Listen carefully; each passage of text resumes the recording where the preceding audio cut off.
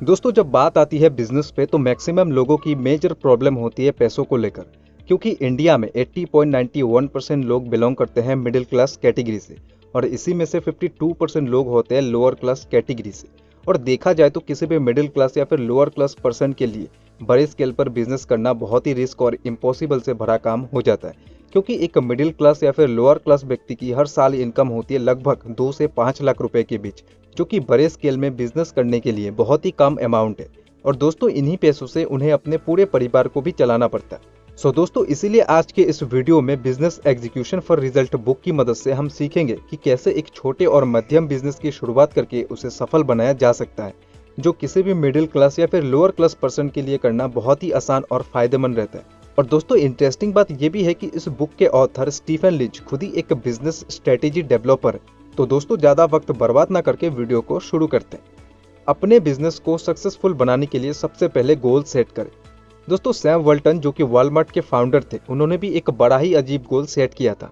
वो चाहते थे कि उनकी छोटी सी वैरायटी स्टोर न्यूपोर्ट यानी कि अरकानसास शहर में सबसे ज्यादा प्रॉफिट कमाने वाली स्टोर हो। हालांकि उस वक्त वे सिर्फ टी शर्ट ही बेचा करते थे, इसीलिए ये करना उनके लिए काफी बड़ा गोल था, जो कि आसान भी नहीं था। लेकिन 1948 में वे अरकानसास में सबसे ज्यादा प्रॉफिट कमाने वाले स्टोर बन गए थे। और फिर उन्होंने धीरे धीरे छोटे छोटे गोल सेट करते हुए 2002 तक वॉलमार्ट को दुनिया की सबसे बड़ी कंपनी बना दिया। वैसे ही 1934 में वर्ल्ट डिज्नी ने सबसे लंबी एनिमेटेड फिल्म बनाई, लेकिन उस वक्त सिर्फ छोटी एनिमेटेड फिल्म बनाना ही संभव था, लेकिन इसे वर्ल्ट डिज्नी ने पूरा करके दिखाया। अभी अगर आप इन दोनों एग्जाम्पल को ध्यान से देखोगे तो यहाँ पे आपको 4 पॉइंट्स की सिमिलरिटीज देखने को मिलेगी अकॉर्डिंग टू स्टीफन लिंच, जो कि किसी भी गोल्स में होना ही चाहिए।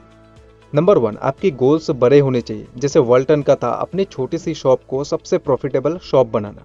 नंबर 2, उसे कंप्लीट होने में कई साल लगने चाहिए, जैसे वर्ल्ट डिज्नी ने बहुत सालों की मेहनत के बाद 1934 में सबसे लंबी एनिमेटेड फिल्म बनाया था, और सैम वॉल्टन ने भी लंबी मेहनत के बाद आखिर 1948 तक अपने स्टोर को अरकानसास शहर की सबसे प्रॉफिटेबल स्टोर बनाया था। नंबर 3, आपके गोल सुनने में थोड़ा ख्याली और असंभव सा लगना चाहिए। देखा जाए तो 1934 के समय लंबी एनिमेटेड फिल्म बनाना बहुत ही टफ और इमेजिन से भरा टास्क था, और वॉलमार्ट की भी बात करें तो कोई भी छोटी सी शॉप के लिए उस शहर में सबसे प्रॉफिटेबल स्टोर बनना भी इमेजिन ही है। नंबर 4, उसे आसानी से नापा जा सके। दोस्तों मैंने बहुत सारे वीडियोस में पहले भी कहा है कि आपके गोल्स हमेशा मेजरेबल होना चाहिए। आपको ये पता होना चाहिए कि आपको अपने गोल्स को अचीव करने के लिए क्या करना है। आपके गोल्स हमेशा क्लियर रहना चाहिए। सही फैसला लेने के लिए हमेशा सही मौके का तलाश कीजिए। दोस्तों अक्सर लोग बिजनेस में बहुत बार खुद के पसंद के मुताबिक ही प्रोडक्ट को सिलेक्ट कर लेते हैं, और फिर जब बहुत सारे मेहनत करने के बाद उस प्रोडक्ट को मार्केट में लॉन्च करते हैं, तब जाकर उन्हें ये पता चलता है कि जो प्रोडक्ट उन्होंने बेचने के लिए मार्केट में उतारा है वो किसी को चाहिए ही नहीं। और इसी तरीके की गलत डिसीजन की वजह से अक्सर लोगों को अपने बिजनेस में लॉस होता है, और कई बार लॉस तो इतना ज्यादा हो जाता है कि लोगों को अपने बिजनेस को शट डाउन तक भी करना पड़ जाता है। तो अब बात करते हैं कि आखिर सही फैसला कैसे लेना चाहिए जिससे आपके बिजनेस आपको एक अच्छा प्रॉफिट बना कर दे।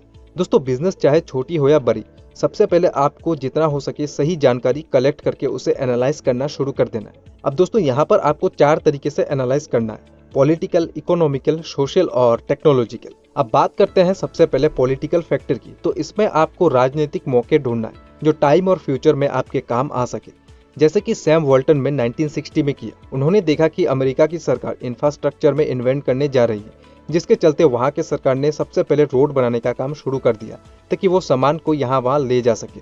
और फिर इसी मौके का फायदा उठाते हुए सैम वॉल्टन ने भी कई जगह पर अपना स्टोर खोला, जिससे उनके सेल्स बहुत ज्यादा बढ़ने लगी और उन्होंने काफी सारा पैसा भी कमाया। दूसरा, इकोनॉमिकल फैक्टर। दोस्तों इकोनॉमिकल बदलाव से भी आप मार्केट में एक बहुत ही अच्छा पकड़ बना सकते हैं। दोस्तों 1946 में जब वर्ल्ड वॉर 2 खत्म हुआ तो सैम वॉल्टन ने सेना से निकलने के बाद अपना खुद का मल्टीपल रिटेल स्टोर खोला, और उनके वो स्टोर खुलते ही चलना भी शुरू हो गया, बिकॉज उस वक्त लोगों को खाने पीने की चीजें, कपड़े, ये सभी चीजें मिलना बहुत ही मुश्किल हो रहा था, जिसे सैम वॉल्टन की स्टोरी पूरा कर पाता था। और इसी तरीके से आप भी इकोनॉमिकल फैक्टर्स को एनालाइज करके अपने स्मॉल बिजनेसेस को बहुत ही जल्दी प्रॉफिटेबल बना सकते हैं। Number 3, social factor.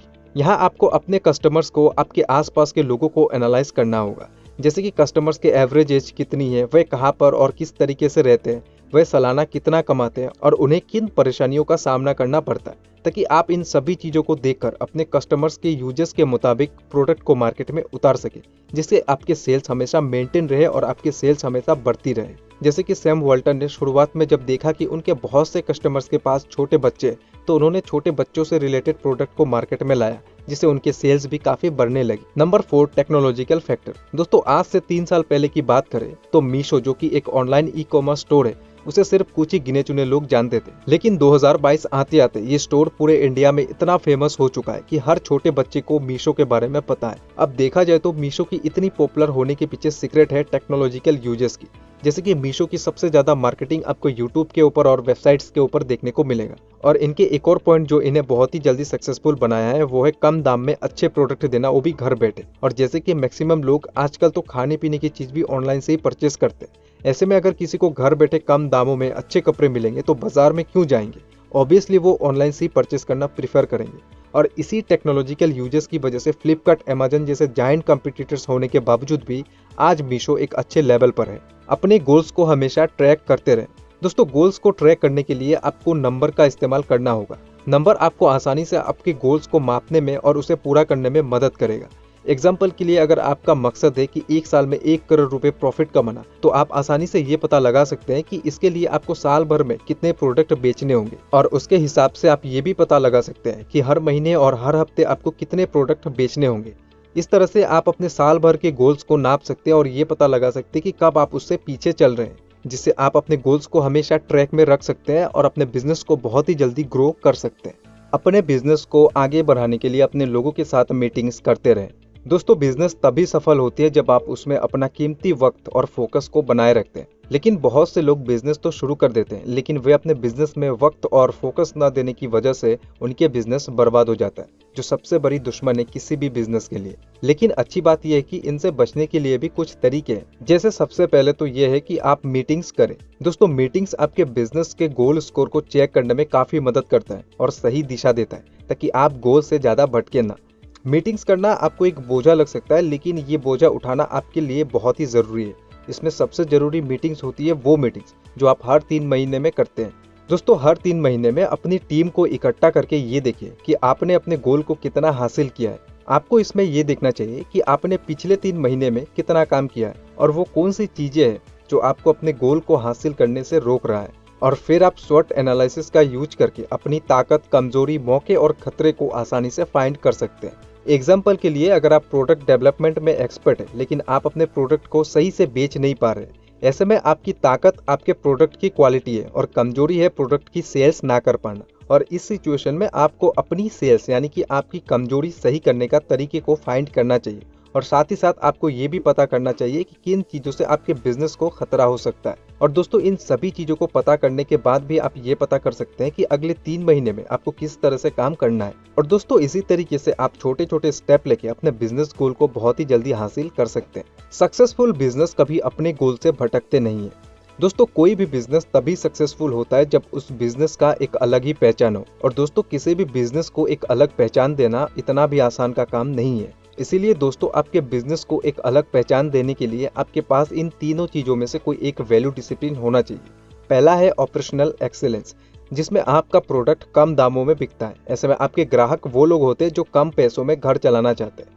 दूसरा है प्रोडक्ट लीडरशिप, जिसमें आपके प्रोडक्ट मार्केट में सबसे अच्छा होता है। ऐसे में आपके ग्राहक वो लोग होते हैं जो कि क्वालिटी पर फोकस करते हैं और उसके लिए ज्यादा पैसे देने से भी पीछे नहीं हटते हैं। तीसरा है कस्टमर इंटीमेसी, इसमें आपका प्रोडक्ट आपके ग्राहक की एक खास प्रॉब्लम को बहुत अच्छे से सुलझाता है। और दोस्तों इन तीनों में से कोई एक वैल्यू डिसिप्लिन भी अगर आप अपने बिजनेस गोल्स में सिलेक्ट करते हैं तो आपके बिजनेस के लिए काफी हेल्पफुल हो सकता है। एक बार जब आप इन तीनों में से किसी भी एक वैल्यू डिसिप्लिन को सिलेक्ट कर लेते हैं तो आपके लिए बिजनेस पर फोकस करना बहुत ही आसान हो जाता है। इसीलिए दोस्तों हमेशा इन तीनों में से कोई एक वैल्यू डिसिप्लिन को जरूर अपने बिजनेस गोल्स में ऐड करिए। तो एग्जाम्पल के लिए हम बात करते हैं फिर से सैम वॉल्टन की, जो कि 1960 के दशक में अपने प्रोडक्ट को सस्ता रखने का रास्ता चुना, जिससे उन्हें काफी अच्छा कमाई हुई। और एक बार जब आप किसी एक वैल्यू डिसिप्लिन को ले लेते हैं तो बाकी के 2 आपके लिए उतने ज्यादा जरूरी नहीं रह जाता है, जिससे आप अपने बिजनेस पर अच्छे से फोकस कर पाते हैं और अपने गोल्स को बहुत ही आसानी से हासिल कर सकते हैं। तो दोस्तों मुझे उम्मीद है ये वीडियो आपको काफी पसंद आया होगा और काफी हेल्पफुल भी लगा होगा। वीडियो अच्छा लगा हो तो लाइक जरूर करें और अपना फीडबैक कमेंट करके हमें जरूर बताएं। तो दोस्तों मिलते हैं फिर से किसी ऐसे ही इंपॉर्टेंट बुक समरी के साथ। तब तक के लिए बाय बाय, जय हिंद, वंदे